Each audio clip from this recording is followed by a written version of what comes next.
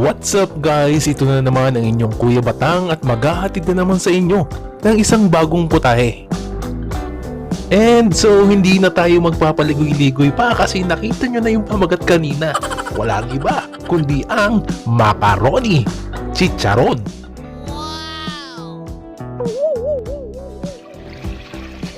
Basically, uumpisahan natin to sa pagluluto ng ating pasta.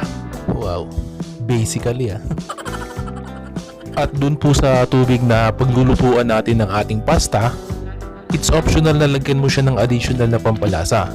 Ako, ginamit ko lang ang isang pirasong ginisa mix kasi pagkatapos nito, yung end result natin, lalagyan ko pa naman ng cheese powder. So okay lang na kahit wag na nga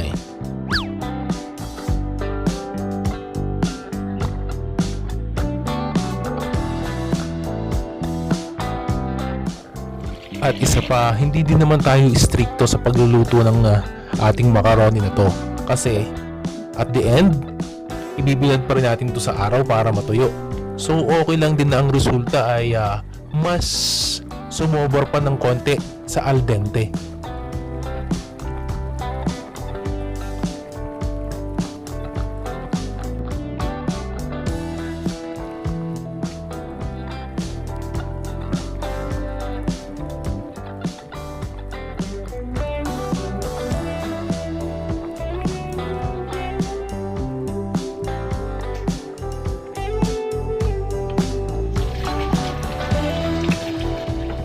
And kapag luto na, strain po lang natin yung liquid at hayaan nating tumulo. Note po, wag na po natin siyang huhugasan kasi mawawala yung lasang inilagay natin kanina. At pagkatapos nun, ilalagay na po natin sa isang lalagyan na po pwede nating pagpatuyuan.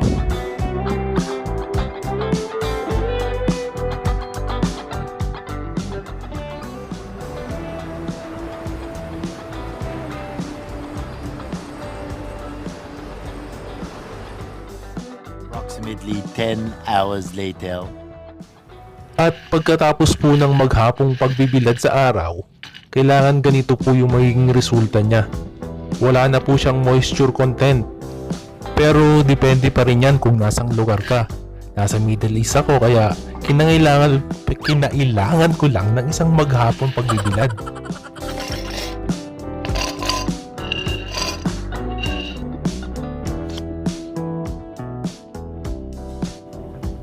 At pagkatapos niyan, maaari mo na siyang iprito.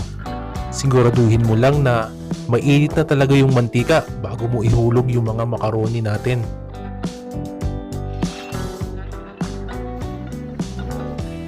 Saglit lang natin tong ipiprito mga kabatang. Kapag lumutang na, hayaan lang natin ng mga konting segundo, then okay na. Kapag lumutang ka, akin ka!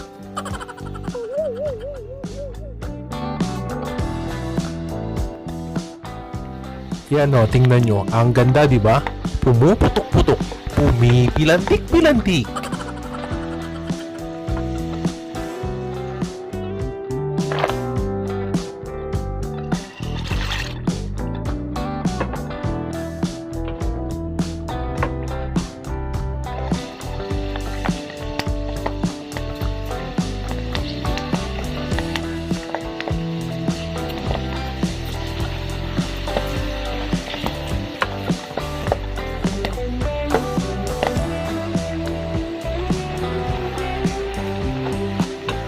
Kita mo ang ganda talaga, di ba?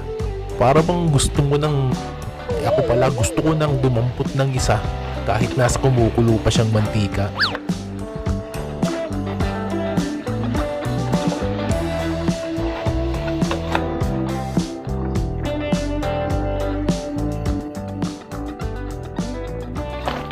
At pagkatapos, ilalagay lang natin siya sa isang malinis na container at lalagyan natin ng cheese powder.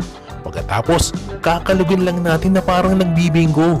Kaway-kaway sa mahihilig magbingo dyan. Sa letra ng O, ang paboritong number mo. A meal for two with a hairy view.